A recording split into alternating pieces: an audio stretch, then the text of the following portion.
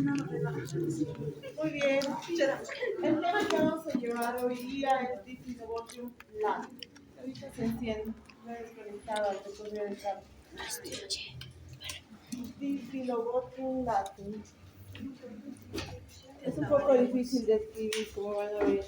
Muy bien, jóvenes. Entonces, como les decía, el tema que vamos a avanzar es Diphylobotium latum. Su nombre es bastante difícil de escribir, ¿verdad? Ya saben, escriba mal en el examen. 100 veces va a repetir.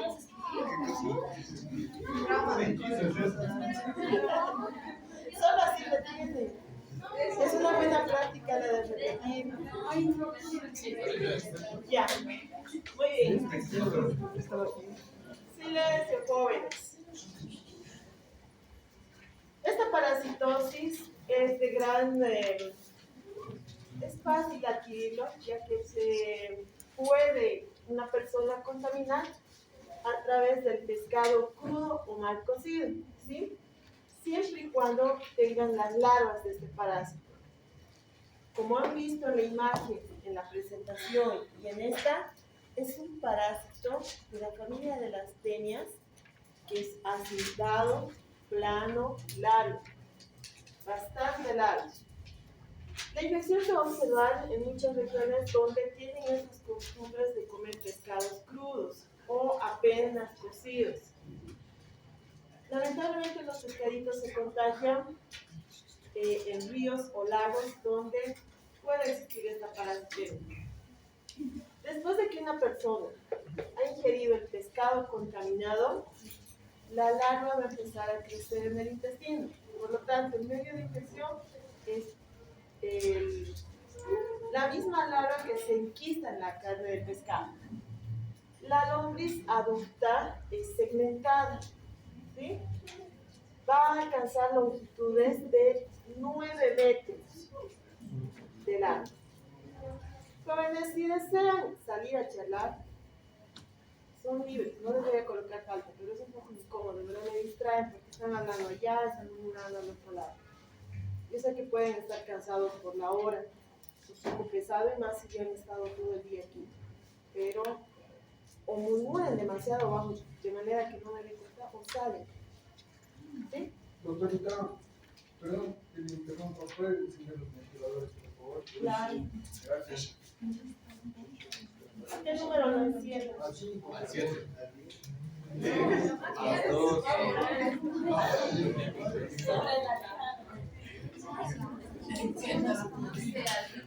Ya. No es muy rápido, me da miedo.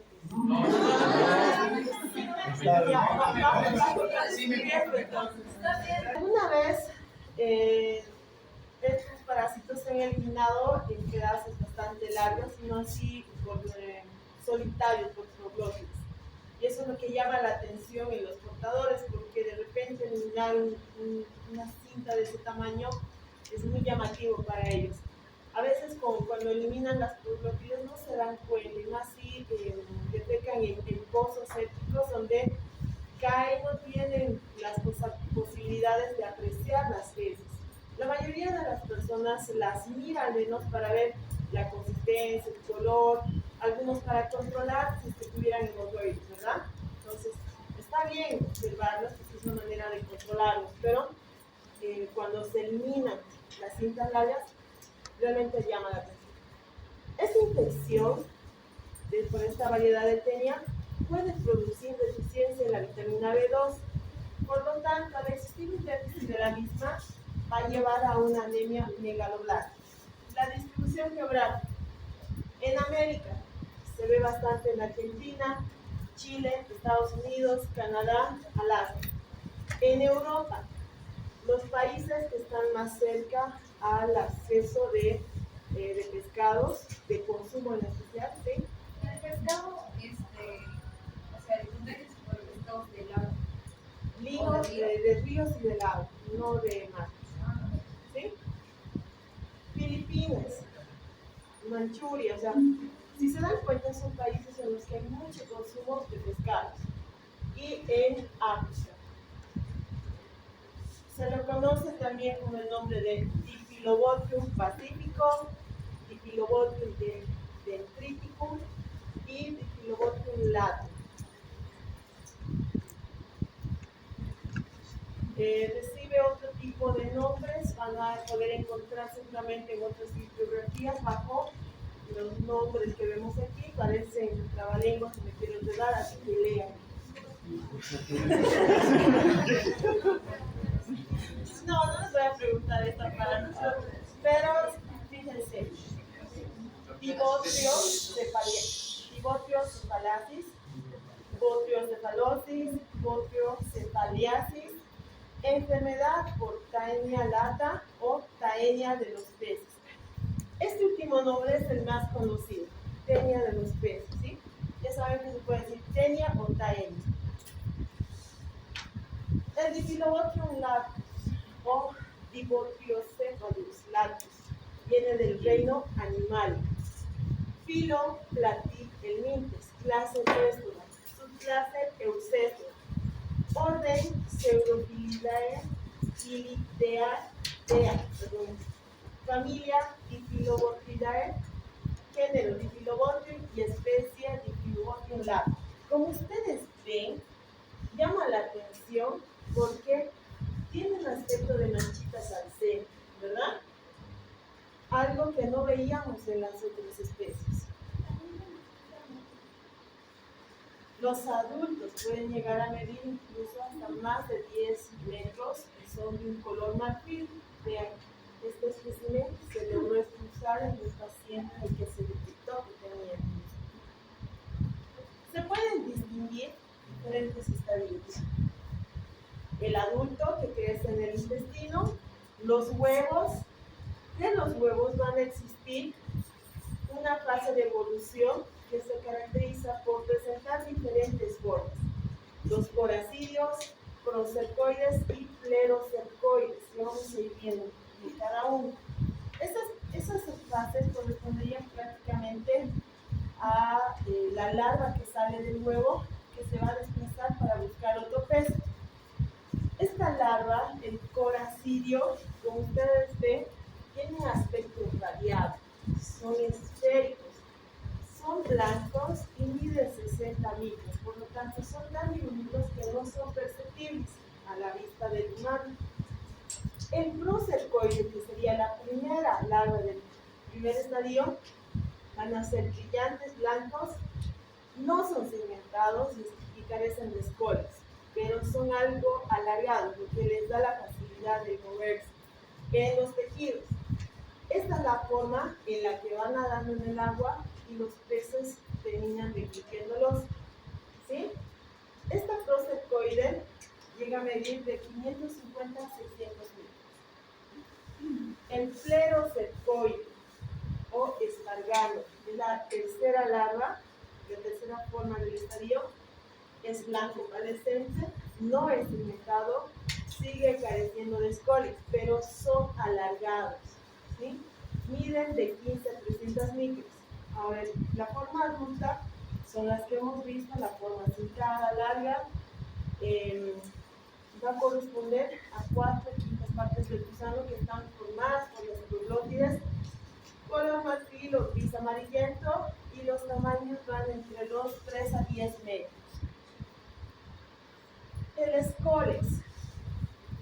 La característica del escolex es aquella que va a ayudar a distinguir, además de las segmentaciones de las proglótides, ¿sí? El escolex tiene una forma de almendro o espátula, porque además tiene como unas aletas a nivel de la cabeza, ¿sí?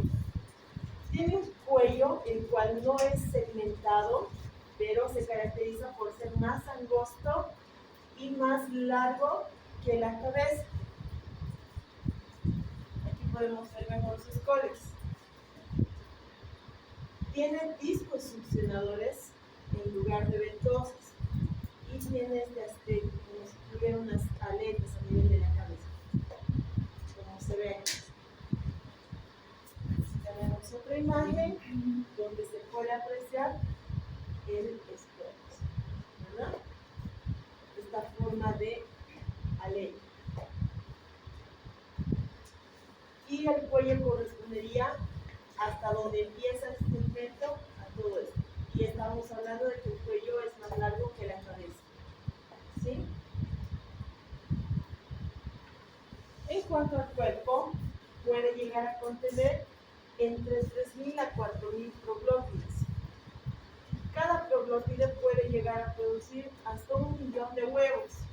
Y la característica es que los poros y los órganos sexuales, en vez de estar lateral, unilateral como en las otras especies, están centrales. Por eso es que le dan un aspecto de unas manchas más oscuras al centro de cada proglótide.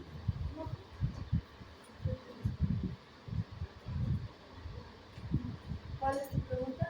El huevo está en el centro. El conducto y los órganos sexuales están al centro. ¿Sí? No son unilaterales como en las otras especies. Por lo tanto, esta es imagen de su libro. Se va a presentar las proglótides que van a ir madurando y de la misma manera se van a ir ensanchando a medida que se vayan llenando de huevos, de manera que se van desprendiendo, pero lo llamativo es que a veces no se desprende de uno a uno, se desprende por pedazos largos. El escórex va a tener una forma de lanza, como pueden ver, va a presentar dos hendiduras que se llaman poplios, que les sirve como un órgano de fijación. Ahora, el coracidio, esa forma circular radial que habíamos visto, es una forma larvaria de este gusano y va a dar lugar a la primera fase. Aquí podemos ver un poquito más de su evolución. En algunos libros se ha llegado a ilustrar de esta manera, donde estaría el escórex, esto que parecen unas aletas, el cuello que es bastante largo y luego inician las proglótides, ¿verdad? Vemos aquí cada proglótide por su órgano sexual y su conducto mediante el cual va eliminando los huevos. Ahora, el huevo es este, es ovoide, bastante rugoso, y esta es la primera forma, el coracidio, que va a salir del huevo. Este coracidio es el que va a ingresar a los peces. Después va a formarse el procercoide, que ya empieza a adquirir una forma algo alargada y de la misma manera no tiene escórex ni tiene cuerpo largo. Después va a formar el clerocercoide, que es mucho más alargado y serían prácticamente las zonas migrantes que se van a desplazar en los tejidos de los peces y que cuando un pez mayor carnívoro se come al pez puede contaminarse con estas larvas y los humanos en realidad también lo pueden hacer en esta fase mediante la deglución de las mismas por comer pescado crudo o comer pescado mal cocido, tampoco cocinado, ¿sí? De ahí que les preguntaba a quienes les gustaba el ceviche o el sushi, porque en algunos platos o por algunos hábitos culinarios terminan cocinándolos así. Los huevos se van a eliminar en las heces del hospedero definitivo. ¿Quiénes son los hospederos definitivos? Los humanos y algunos otros animales carnívoros que comen estos peces. Estos huevos, cuando llegan al agua, maduran rápidamente en el agua y luego de un tiempo va a emerger el coracidio y sacar ciliado, así que tenía forma de sol. Ahora, los crustáceos que viven en aguas dulces son los que terminan comiendo estos coracidios. En el interior del crustáceo va a perder esos cilios, ¿sí? Y se va a ir a instalar en el intestino. Luego va a migrar a través del hemocele y se va a transformar en un procercoide. Cuando el pez ingiere el crustáceo, es una forma también de ingerir, y se ha visto la otra forma en la que atraviesa a través de sus agallas.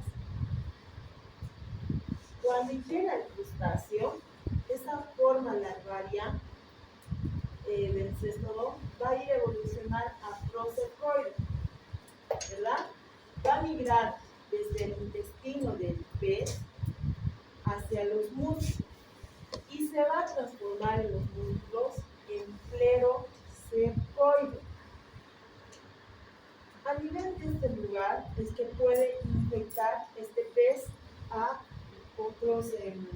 mamíferos como el humano y animales que consumen pescado. La infestación, cuando se da en mamíferos e ingieren estos pescados, no va a hacer que migren las larvas hacia los músculos de las personas. Por lo tanto, su localización va a ser a nivel de intestino, donde se va a desarrollar en su forma adulto, de esa forma asentada. Pero el humano puede terminar contagiando esta especie de tenia a otros peces cuando hay una contaminación a través de las heces que llegan a los ríos o a los lagos. Aquí podemos ver el huevo, que es ovoide, va a tener un opérculo que se llama esta tapita, a través de la cual va a poder salir la larva, ¿sí? Es un lugar blando que cuando atraviesa el ácido del intestino tiene la capacidad de abrirse, con esto facilita la salida.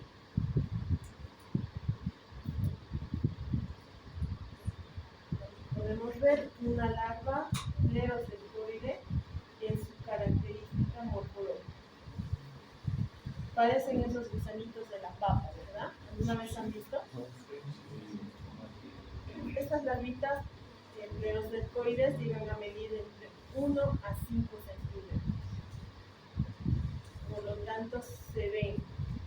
Esta sería la característica de una proglótide que está llena de huevos. Ven aquí, estaría el útero y los huevos se ven así, ovalados. ¿Sí? La transmisión ocurre al consumir pescado fresco crudo o mal cocido y tiene dos hospederos intermediarios. Los crustáceos, que son los que se comen, estos secos, y los peces de agua dulce que se comen estos crustáceos. En epidemiología vamos a ver que este parásito puede habitar diversos mamíferos piscívoros, como los perros, los gatos, los osos polares, los humanos, y esto más que todo en prevalencia, pese a que se pueden encontrar en otros países, se ha visto que los lugares más endémicos corresponden a aquellos países nórdicos como Rusia y Alaska. Aquí vemos el ciclo biológico y va desde que el gusano adulto está en un hospedero y elimina sus proglótides con huevos. Estos huevos, cuando son liberados, todavía no tienen un embrión, por lo tanto necesitan un tiempo de maduración que los realizan en el agua. Y en el agua van a ir formando este coracidio, el cual va a ser liberado y va a ser ingerido en realidad por los crustáceos, los cuales van a formar el procercoide. Cuando el crustáceo es ingerido por otro pez, va a formar el clerocercoide, que sería la forma larvaria infectante para las especies mamíferas, ¿verdad? Una vez que ingieren estos mamíferos esta larva, van a desarrollar al gusano adulto en su intestino. Por eso se terminan siendo hospederos definitivos. Esto es lo mismo. El mismo esquema, la misma forma de transmisión, donde nos está mostrando las fases. La clínica suele ser asintomática, pero existen algunos datos que algunas personas desarrollan diarreas y fatiga. ¿Por qué creen que desarrolla fatiga?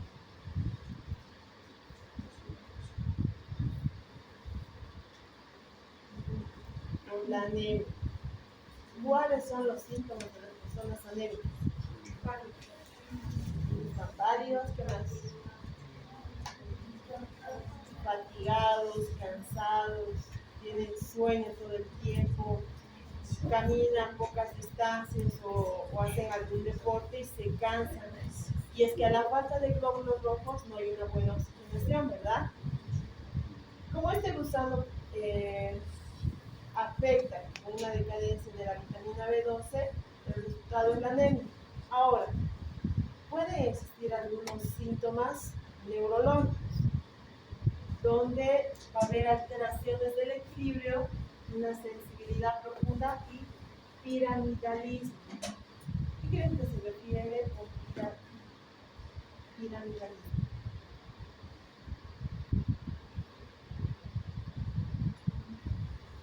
En anatomía no necesito.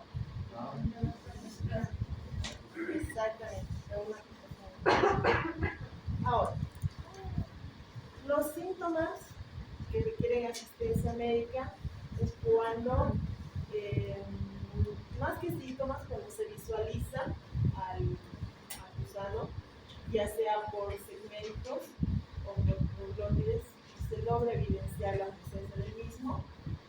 Cuando existe algún miembro en la familia con signos y síntomas de anemia perniciosa, que nos llevan a una anemia megaloblástica, se debe sospechar, y si más todavía los antecedentes, sabemos que estas personas tienen gran consumo de pescados, ¿sí? Esa anemia megaloblástica puede dar un compromiso del sistema nervioso central. Por eso es importante tratar esa patología y eliminar al parásito rápidamente. En la patogenia pueden producir una obstrucción mecánica en el intestino delgado, porque han visto que son bastante largos. Y esos segmentos, cuando se desprenden en porciones muy largas, y si son varios gusanos, pueden terminar enredándose formando virus, ¿sí? Producen una toxemia sistémica, que es la que nos lleva a la carencia de vitamina B12, y además pueden producir obstrucciones a nivel del colero. Diagnóstico va a ir enfocado a identificar los huevos del parásito a nivel de las heces, por lo tanto un copro es de mucha ayuda, y incluso en esas muestras de grupo parasitológico se pueden llegar a ver proglóticos, que nos facilitaría diagnóstico. A nivel de laboratorios se pueden hacer analizado de heces, extracción directa de las heces, el método de concentración, sedimentación y el copro, ¿verdad? Se pueden hacer algunos estudios de gabinete como los rayos X, donde se puede también visualizar al parásito en el interior. Para que el huevo tenga las condiciones de madurar, necesita estar en agua del río o del lago. ¿Qué tipo de agua es esta? Dulce, ¿verdad? Necesita además temperaturas entre los 15 y 25 grados, por lo tanto puede estar en aguas frías. El tiempo que va a tardar en esas aguas en el huevo en madurar es de 11 a 15 días, ¿sí? Luego el huevo embrionado va a eclosionar y forma el coracidio, cuestión de 12 horas. Es aquí donde los crustáceos, en especial de las especies Cyclops y el Diaptomus, ingieren estos coracidios, y se va a formar en el interior del crustáceo en un tiempo de 2 a 3 semanas el procercoide, que corresponde a la primera forma larval. Después de que el crustáceo es ingerido por peces, como las especies de carpa, salmón o lucio, se va a convertir en realidad en la segunda forma larvaria, plerocercoide, en un tiempo de 7 a 30 días. ¿Verdad? La ingestión por el hombre va a producir que se forme el ala del gusano, en realidad el gusano adulto, a nivel del ilion y del yeyuno, y ya después se eliminan los huevos de ¿En qué se come el salmón? ¿Y se cocina o se come crudo? ¿Conocen el lucio? ¿Cómo es el lucio? Ilustra a tus compañeros. No, pues yo he comido, pero ha sido pues Es un pez bastante grande que tiene unas mandíbulas y unos dientes que parecen piraña, ¿verdad? ¿Has visto su cabeza? Parece piraña. Y la carne, que conocemos aquí también, ¿verdad? Y estos pescados son muy deliciosos en el sabor de su carne. Sí. La vitamina B12 es importante para la formación de glóbulos rojos en la sangre, por lo tanto, se puede almacenar esta vitamina a nivel del sistema nervioso central, y una deficiencia de la vitamina nos trae problemas neurológicos, de ahí la asociación con los niños. La anemia megaloblástica va a ser un trastorno sanguíneo que se caracteriza porque no hay glóbulos rojos, ¿sí? O en cambio empiezan a agrandarse más de lo normal, y es una afección, porque hay su nombre megaloblástico, que se va a deber a la deficiencia de ácido fólico o vitamina B12. Por lo tanto, cuando hagamos tratamientos, además del medicamento para deshacernos del gusano como el Praziquantel de 10 miligramos por kilogramo, vamos a asociar a la administración de suplementos de vitamina B. ¿Sí? El Praziquantel se administra de 5 a 10 miligramos. Perdón el error. Entonces, no sé si sea un poco aquí. Pero asociamos con la administración de vitamina B12 para suplir esa deficiencia y corregir el trastorno. Otro medicamento que se utiliza con bastante éxito es la lisdazolina. Por lo tanto, así como un pequeño resumen, mecanismo de transmisión es oral, a través de el carbohidrato. Fuente de infección, músculos de los peces. Reservorio, el ser humano, los gatos, los osos o cualquier animal que consuma la carne de los pescados. Síntomas, molestias abdominales, náuseas, vómitos, diarrea. Las lesiones a nivel sanguíneo y las de oclusiones a nivel mecánico. Prevención y control, la educación sanitaria. Cocinar el pescado y evitar ingerir además pescados de agua dulce en su forma cruda. Para tener confianza a la hora de consumir pescados crudos, como en el caso del salmón que se utiliza bastante en el sushi, lo que tendríamos que recomendar es que sean en criaderos especializados donde haya un buen control de aguas. ¿Sí? De esta manera nos evitamos ingerir estas larvas. En el caso del ceviche, el pescado se macera, ¿no? Y ¿qué? Por eso yo propuse.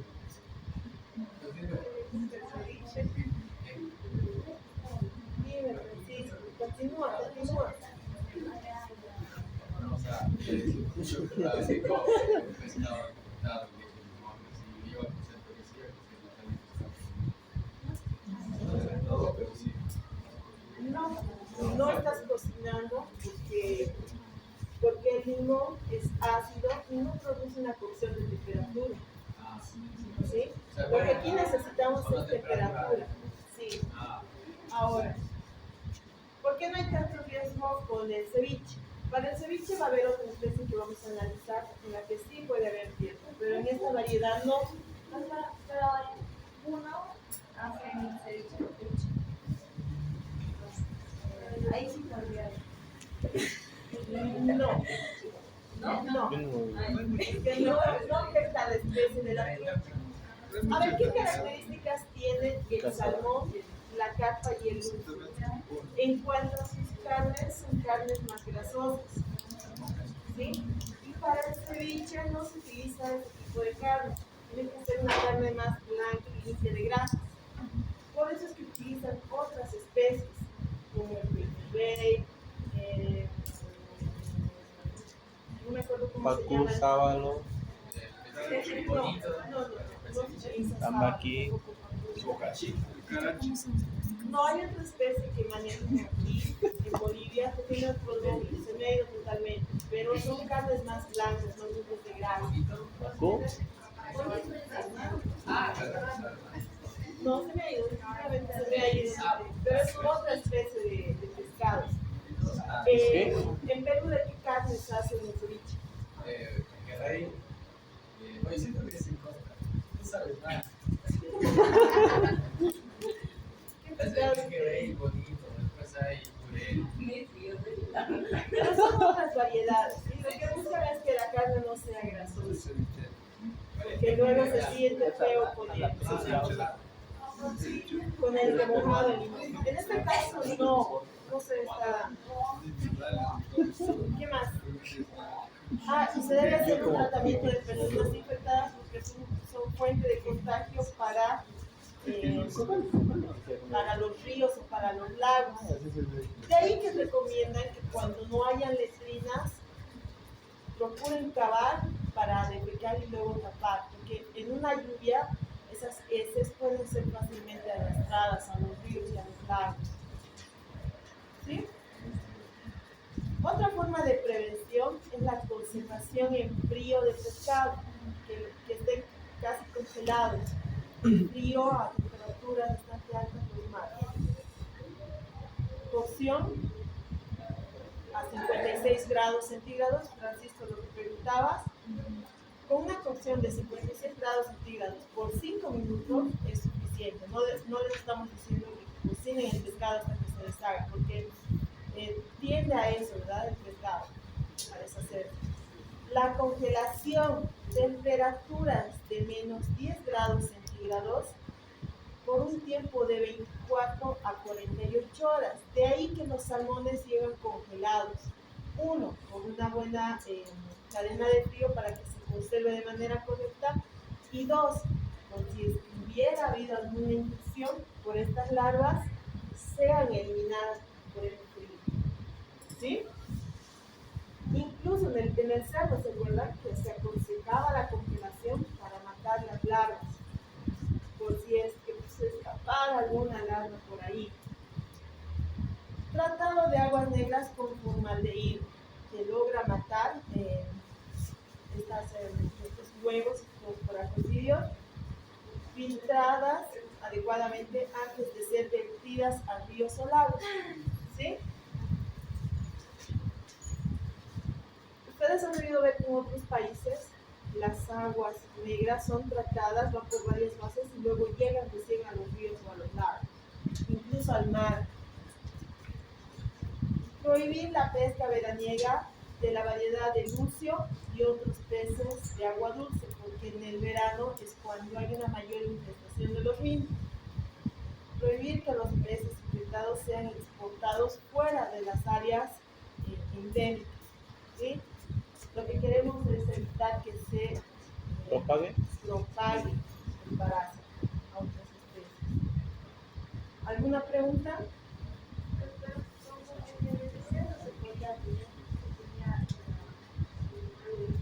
¿Se puede ver también pescado? Sí, se pueden ver con unas pequeñas manchitas, pero a veces no son tan perceptibles por la característica de la carne del pescado. ¿Sí? No es tan fácil a veces de reconocerlo. Mutis, cularis y el bovera. ¿Sí? Este gusano, esta es su forma adulta. Vean ustedes, pertenece aún a las familias de las peces, pero no es alargado. Lo que sí podemos evidenciar es que tiene una cabeza, un cuello, tiene 3 segmentos que darían lugar a la maduración de la proglotia. Por lo tanto, no alcanzan longitudes extensas y tienen una multiplicación bastante característica. Vamos a ir viendo. Estos equinococos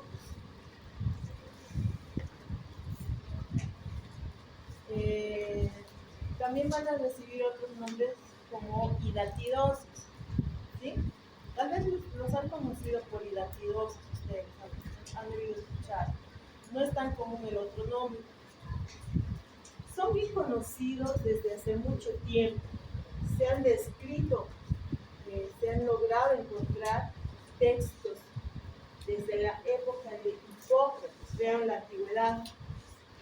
Pero recién en el siglo XVII se ha logrado reconocer sus características parasitarias por el estudioso Francisco Rey. En el año 1766, Simon Pallas, un alemán, formuló la hipótesis de los quistes hidatíricos. Y es que los quistes hidatíricos serían una de las complicaciones más graves de este parásito, ¿sí? Se han visto fases larvarias y solitarias, así fue como en los años 1853, Von Descartes demostró que los quistes de la oveja llevaban las solitarias que podían transmitir de la oveja al perro. Sin embargo, no fue hasta una década después, a través de los estudios de Bernard, que se logró identificar a las solitarias en su fase adulta directamente en los quistes hidatíricos. Se han intentado diferentes formas para tratar de extraer los quistes. Ya en las épocas de 1600 se realizaban algunas intervenciones que lograron dar muchos resultados favorables, ¿verdad? Pero esto se ha ido corrigiendo a medida que ha ido evolucionando la medicina. Hidatirosis o echinococcosis, cualquiera de los dos nombres equivalen al mismo parásito. Esta enfermedad es provocada por larvas de Echinococcus granulosus y las otras variedades. Vamos a ver que se van a dar por la ingestión de los huevos contaminados de forma accidental. Va a afectar a animales ungulados domésticos, silvestres. Tenemos entre los animales afectados las especies ovinas, caprinas, bovinas, suinos, equinos, roedores, los perros, que serían una forma de transmisión para el hombre, y el hombre como tal, siendo un hospedero intermediario accidental. No estamos dentro de su ciclo, pero hemos logrado darle unas condiciones para que se desarrolle. Y lamentablemente es el humano el que va a padecer las consecuencias clínicas. Se ha visto afectación en los animales, en las granjas más que todo. Por lo tanto, de ahí la importancia de algunos granjeros y de la afectación que llegan a tener ellos mismos. No tienen tanto interés epidemiológico en algunos países, pero sí van a ser muy importantes en los países en los que hay clima templado, lo que va a resultar en una forma de facilitar el ciclo biológico del parásito. Pero el resultado puede ser fatal para los humanos.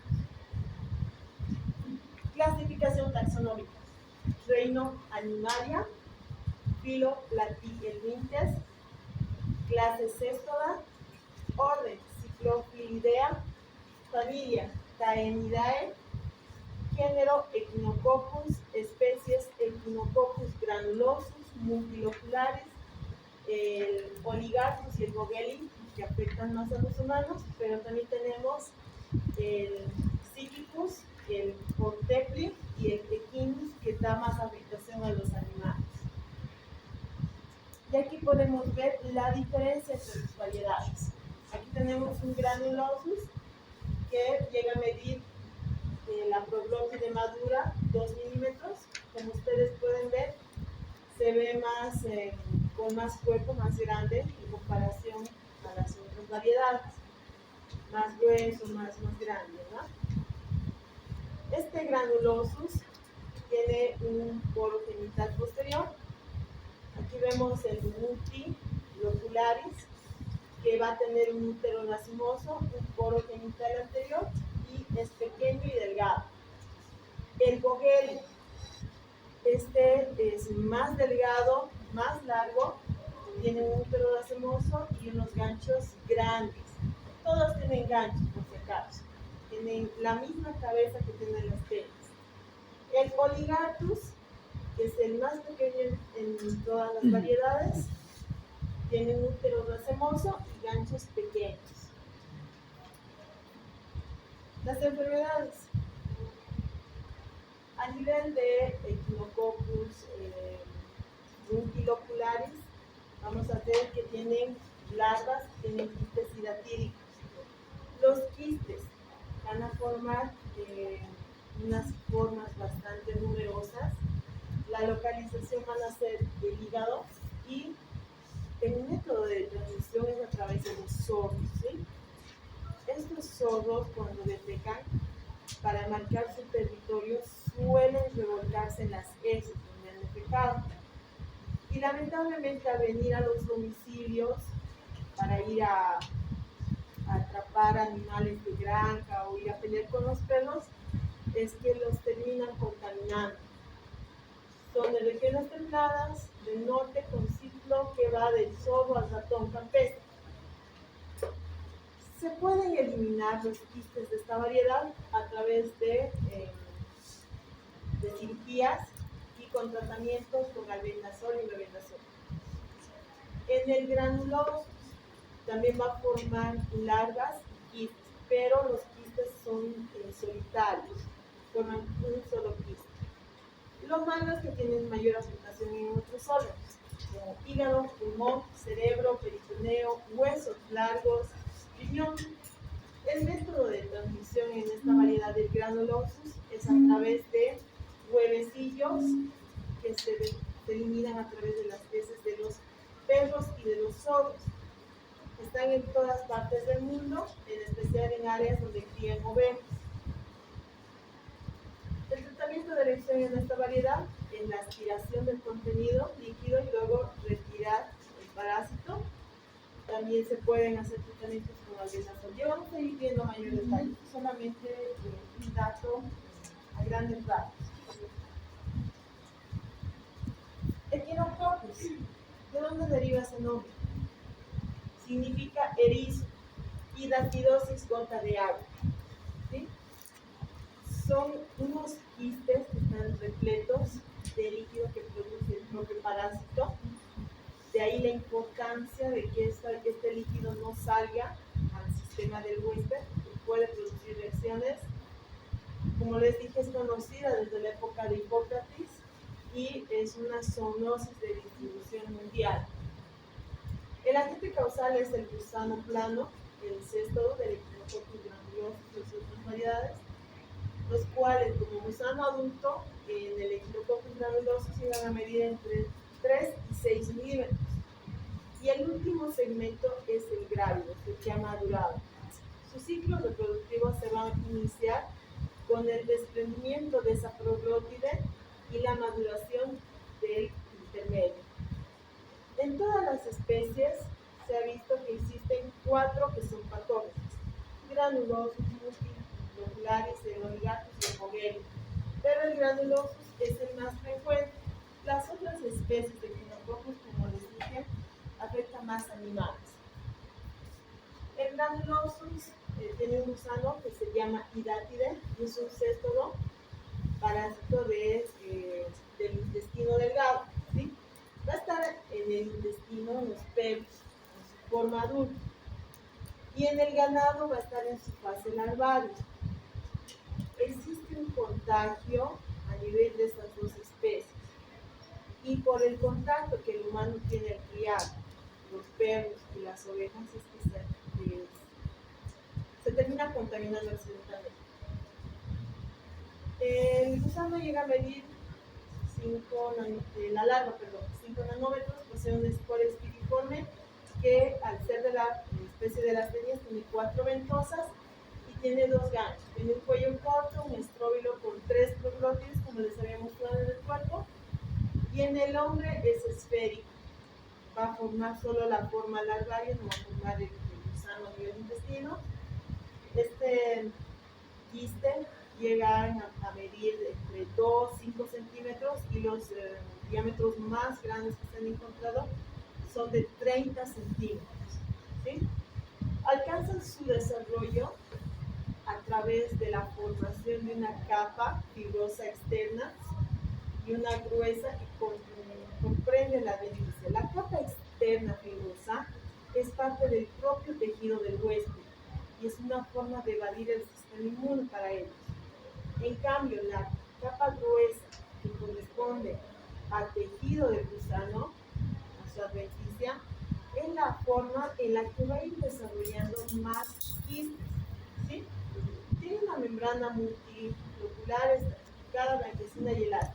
Ahora, en el interior de todo ese quiste tiene una membrana germinativa, ¿sí? Que también se llama endocisto. Es granulomatosa, llega a medir alrededor de 20 micrómetros y va a tener múltiples núcleos que van a estar en mitosis, dando lugar a vesículas que se van a derramar en el interior del quiste. Aquí podemos ver la forma adulta del gusano, 3 a 5 milímetros de longitud. Este es el esquema y así se vería en el microscopio. ¿Sí? La cabeza tiene un escólex con ganchos y sus 4 ventosas. Va a tener un cuello que correspondería a la unión de las proglótides con la cabeza y tiene 3 proglótides. La última proglótide, la de mayor tamaño, es la que va madurando y se va llenando de huevos. Una vez que está grávida, se desprende y esta sigue el ciclo de crecer y se va a formar otra nueva proglótide. Por lo tanto, no hay más, no son largos. Como ustedes pueden ver, la cabeza es muy similar a la especie de las tenas. ¿Qué más? Eso es. Ahora, aquí podemos ver lo mismo, pero en los diferentes estadios de crecimiento. El día 1 se ve de este tamaño. Entre los días 11 y 14 adquieren otra forma. Días 14 y 17 ya va a formar la primera proglótide. En los días 17 a 20, esta proglótide ya va aumentando de tamaño y va a dar lugar al crecimiento de la segunda proglótide. Día 20 a 28 ya se puede apreciar ambas proglótides. Día 28 a 33 vemos el crecimiento de la tercera proglótide que nos está indicando que esta está iniciando su proceso de maduración. Día 33 a 37 ya está madura con la facultad de empezar a producir huevos, ¿sí? Vamos a ver un pequeño esbozo que es el que estaría dando lugar a la formación de la nueva proglótide una vez que ésta se desprende. Para el día 37 a 45 ya alcanzó su madurez, ya está grávida y lista para desprenderse. Y esta otra de la misma manera ha iniciado su proceso de maduración, lo cual está facultando a poder desarrollar la ovogénesis. El huevo es similar a las otras variedades de las tenas. Vean ustedes, doble membrana radiada que le da un aspecto de llanta, ¿verdad? De rueda. Se ve muy similar.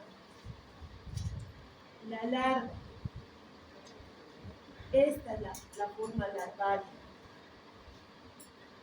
En el granuloso pasa de una sola larva, un solo quiste. En el multilocularis van a dar lugar a varios quistes, ¿sí? Vamos a ver que el equinococo es una sola vesícula, que también se llama univesicular o unilocular. Esto le da la característica de formar varios quistes. Las membranas tienen la cutícula externa laminada a celular de pocos milímetros, eso dentro del mismo gusano, no estamos hablando de la capa fibrosa del huésped. Tenemos la prolígera, que es interna, germinativa de 20 micros, que va a dar lugar a los elementos y las tipones. Y el contenido es un líquido completamente propio del gusano, no tiene nada que ver con las secreciones del huésped, y se va a poder apreciar en el fondo del quiste una arenilla que se llama arenilla hidática, que va a estar compuesta por escólices y por ganglios, ¿sí? La multisomática va a tener varias escólices imaginadas en su interior. Patología y patogenia. Aproximadamente el 75% 90% de los quistes se van a localizar en el hígado del hueso. Por lo tanto, la afectación va a ir en cuanto a las obstrucciones o daños que puedan ocasionar donde se vayan a instalar. Se van a ver más que todo una tendencia hacia el lóbulo derecho. 30% se van a ir al pulmón y un 15% puede migrar a otras partes del cuerpo. ¿Sí? En un 20% de los casos se han observado los quistes en diferentes ubicaciones, como cavidad abdominal, riñones, vaso, músculos, huesos, donde sea que llegue la irrigación. La patología que va a causar se va a deber más que todo a la compresión, porque estos quistes van a ir creciendo. En tejidos blandos van a tener mayor facilidad para crecer, pero llegar al hueso no impide su crecimiento. De ahí que los diagnósticos pueden variar, pueden dificultarnos un poco. ¿Sí? Vamos a ver que produce una acción mecánica por el crecimiento concéntrico que va a ir desplazando y presionando diferentes estructuras adyacentes. Por lo tanto, a nivel local se ve la compresión del parénquima y de los tejidos vecinos con degeneración y atrofia de los mismos. Puede haber una alteración de la función, compromiso de vasos sanguíneos y de conductos. Pueden obstruir, pueden disminuir la irrigación. Y si un tejido disminuye su irrigación, sufre atrofia, ¿verdad? A distancia pueden ocasionar obstrucciones intrínsecas, pueden darse como un pasaje por vesículas hijas y formar fragmentos vesiculares. La acción química, esto es lo más importante. Pueden dar una acción directa en la que producen un tóxico que está dentro del componente líquido del quiste, ¿sí? Y la forma indirecta es a través de la inmunología, donde lamentablemente al morir algunos quistes de forma temprana, pueden liberar su contenido sensibilizando al paciente. Cuando revienta otro quiste, se degenera, se rompe por cualquier motivo, la salida del quiste la salida del líquido de este quiste puede producir cuadros de hipersensibilidad en su máxima expresión, como los shocks anafilácticos. También presentan una acción bacterífera. Aquí vamos a ver que el parásito va a crear un campo propicio para el desarrollo de infecciones. Si el quiste llega a pulmón, suele desencadenar bronquiectasis o neumonías porque disminuye el sistema inmune de las personas y al disminuir el pulmón predispone que hayan sobreinfecciones. El quiste se va a ver así. Contiene un líquido claro, transparente, que va a ser el que le va a dar la tensión para que forme esa estructura redondeada, ¿sí? Vamos a ver que en la pared se distinguen las capas externas y las capas internas. La externa está formada por mucopolisacáridos, es acelular y de una estructura laminar, por eso se ven así limpios. En cambio, la capa interna, también llamada germinal, es la que va a tener todo el tiempo mitosis, que va a ayudar en la proliferación y formación de vesículas, ¿sí? Estas se van a ir vacuolando, van a ir madurando y luego se van a desprender. Cuando un carnívoro se come a un animal que tiene estos quistes, termina ingiriendo estas formas, que serían la forma en la que se infecte el animal carnívoro. ¿Sí? Pero como en el humano no tenemos depredador que nos coma, estos quistes que se están formando van a ir degenerándose en el interior del quiste grande y por eso es que van a formar el sedimento o arenilla hidratídica en el fondo. Como hay una degeneración de los quistes, solamente los ganchos del escólex van a terminar derramándose en el interior, porque son muy quitinosos.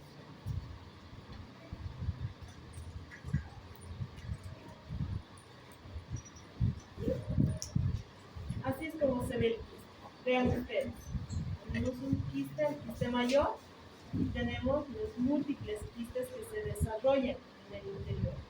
Si nosotros sacamos estos quistes, que serían como las quistes hijas, vamos a ver que la membrana es bastante gruesa, pero no por el componente del parásito, sino porque tiene la capacidad de envolverse con el tejido adyacente del hueso. Esto es hígado. Vean ustedes cómo han logrado salir, romper el hígado para verse así. Con el tiempo las vesículas se van a desprender de las membranas germinativas y van a flotar en el interior del quiste. Ahora, ya en el interior se rompen, se degeneran, forman esa arena inatídica. El quiste envuelto por la cápsula del tejido conjuntivo, que sería este, vamos a ver que tiene además adventicia y es por la formación fibrosa del tejido del hueso. Va a crecer de forma muy lenta. ¿Qué era nuestra clase? Ya. Vamos a ver que le da un aspecto bastante grueso, bastante resistente, y es esta capa fibrosa la que le va a dar la capacidad de poder resistir el sistema inmune del huésped, además que debilita para no ser atacado, le da cierta resistencia a los movimientos que se puedan producir, como los golpes, las caídas, tantas cosas, y le da el ambiente propicio para que pueda desarrollar los quistes. Ahora, vamos a ver que en las especies del Echinococcus granulosus o el Oligarctus van a producir quistes uniloculares, por lo tanto, solo se va a ver un quiste. En cambio, en la variedad de Echinococcus multiloculares, se van a ver formas racemosas con múltiples quistes en un solo lugar.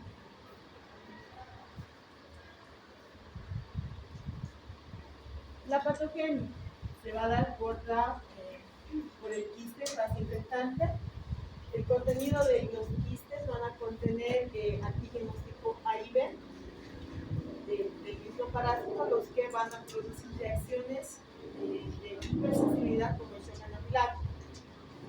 En tanto que los quistes que están de forma hermética no presentan respuesta inmunológica, porque es como si se camuflaran para evitar ser atacados, crean esa barrera inmunológica, por lo cual tienen libertad incluso de crecer. El cuerpo, en respuesta al contacto con otros quistes, puede producir inmunoglobulinas G, E, y además hay una gran disminución del factor de necrosis pulmonar. Cuadro clínico va a depender mucho del lugar, de la ubicación, ¿sí? Incluso pueden simular el desarrollo de un cáncer, un tumor, de ahí que se dificulte el diagnóstico en algunas personas. Podemos ver alergias, podemos ver tumores que pueden crecer en diferentes lugares.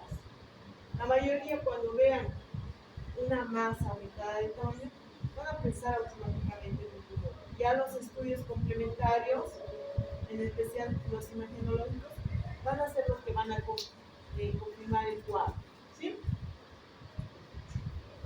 Si van a estar en hígado, van a presentar síntomas de dolor en el cuadrante superior derecho, ¿verdad? Va a haber intolerancia a los ácidos grasos, porque las grasas estimulan el funcionamiento del hígado. Van a producir una distensión abdominal por el aumento de los quistes que van creciendo también desde el abdomen, y pueden producir urticaria.